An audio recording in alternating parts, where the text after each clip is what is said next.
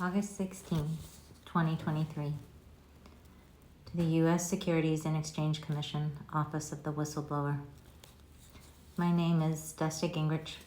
I am a United States citizen over the age of 18. The following account is true and correct to the best of my knowledge and describes a money laundering and tax evasion scheme that I recently discovered between two Russian oligarchs, my ex-husband Michael John Gingrich, and various members of the FBI. I believe that Michael was the conduit for several foreign persons and entities to launder money and bring other capital into the United States illegally.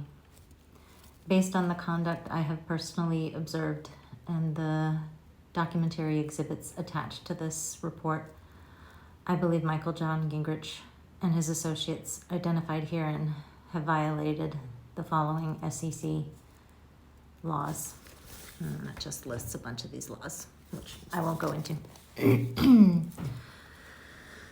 The following is a personal narrative recounting the events that led to my conclusions above, and I believe this is a complex and multifaceted scheme that began back in 2013 in Romania, where we lived for many years before moving to St. Louis.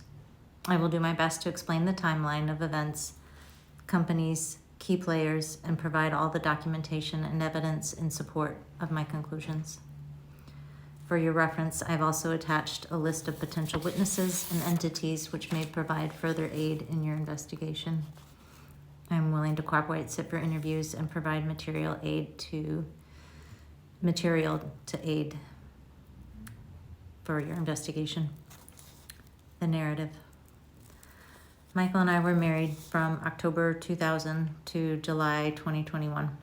It wasn't until after our divorce that I found out he hid the bulk of his money from me and failed to disclose it in our divorce proceedings. With the help of a forensic accountant, Melissa Gregg, I learned my ex-husband's business communications, transactions, unexplained coincidences, international travel, and subterfuge had all the hallmarks of money laundering. I was the bookkeeper in the early years of our commercial and residential real estate business from 2013 to 2019. The initial connection between Michael and foreign funds began in 2012, 2013. Michael and I had just moved to St. Louis to be closer to my family. After living in Romania and Germany for 5 years and birthing 2 daughters overseas, I wanted to be closer to my parents. Michael didn't like working in St. Louis, and so he decided to return to Romania, where he partnered with Tim Wilkinson, a British colleague from Cushman Wakefield, to create Redstone Asset Management. They offered property investment, development, and consultation services, and their projects were mostly in Romania, except for one in Chisinau, Moldova, and one in Tbilisi, Georgia.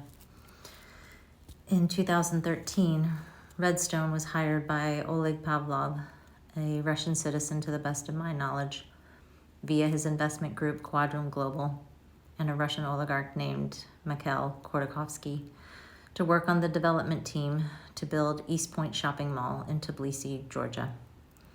I don't remember much about Khodorkovsky except that my mother, a second-generation Ukrainian, was shocked that Michael was working for him.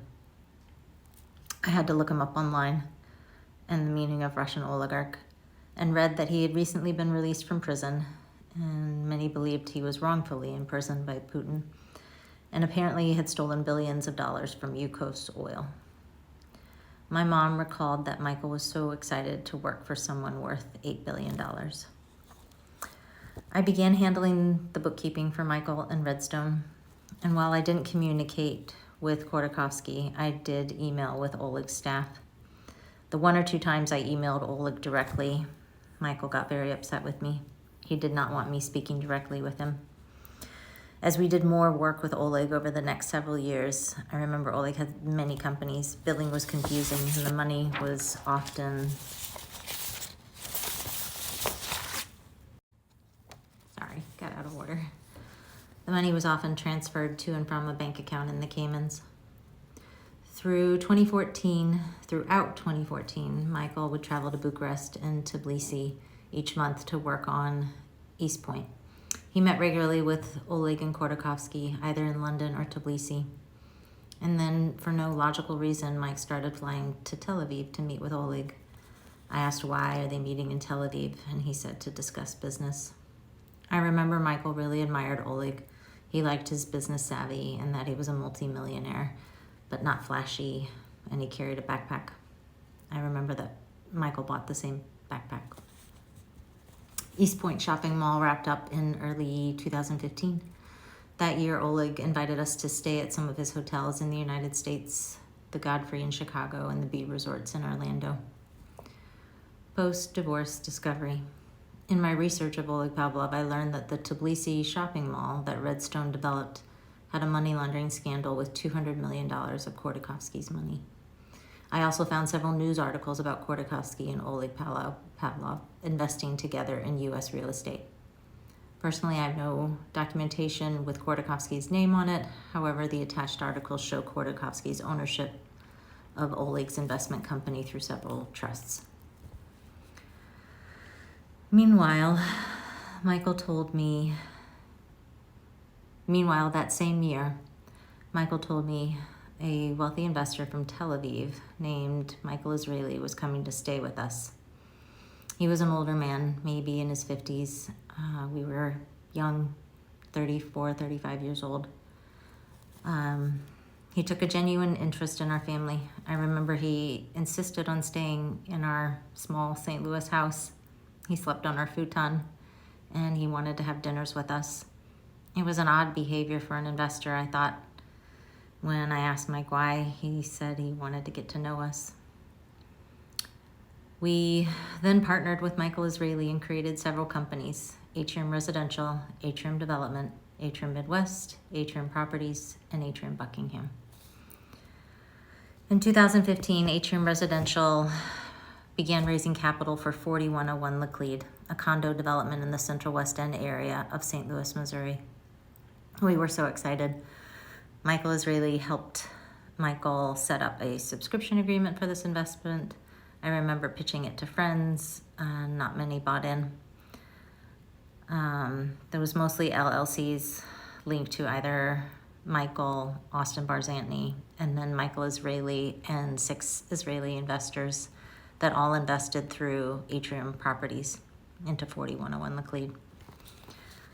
Later that year, maybe in the fall, Michael Israeli and Michael Gingrich opened bank accounts in Midland States Bank. And our company, Atrium Development, received an $11 million loan from Midland States Bank.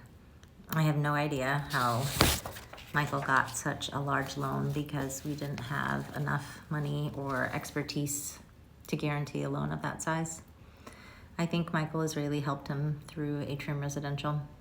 I remember signing to transfer the $11 million from Atrium Development to 4101 Laclede. Michael eventually opened several bank accounts with Midland States Bank, and currently all of his bank accounts for Profusion Private Fund and his shell companies are held with Midland States Bank. Michael Israeli has 2 bank accounts in the United States that I know of: Atrium Midwest in St. Louis and Atrium Residential in New York. I only had access to the bank account in St. Louis. I would often transfer funds to a bank account in Geneva, Switzerland at Michael's request, and sometimes without supporting documents. Sometimes Michael would direct me to create invoices after the transactions were completed, and at other times there were no invoices or agreements supporting the transactions. I don't know why none of this raised red flags in me. Michael had done so much work overseas that it didn't seem abnormal. I was only doing administrative tasks and basic bookkeeping while raising our 2 daughters. My mind was preoccupied.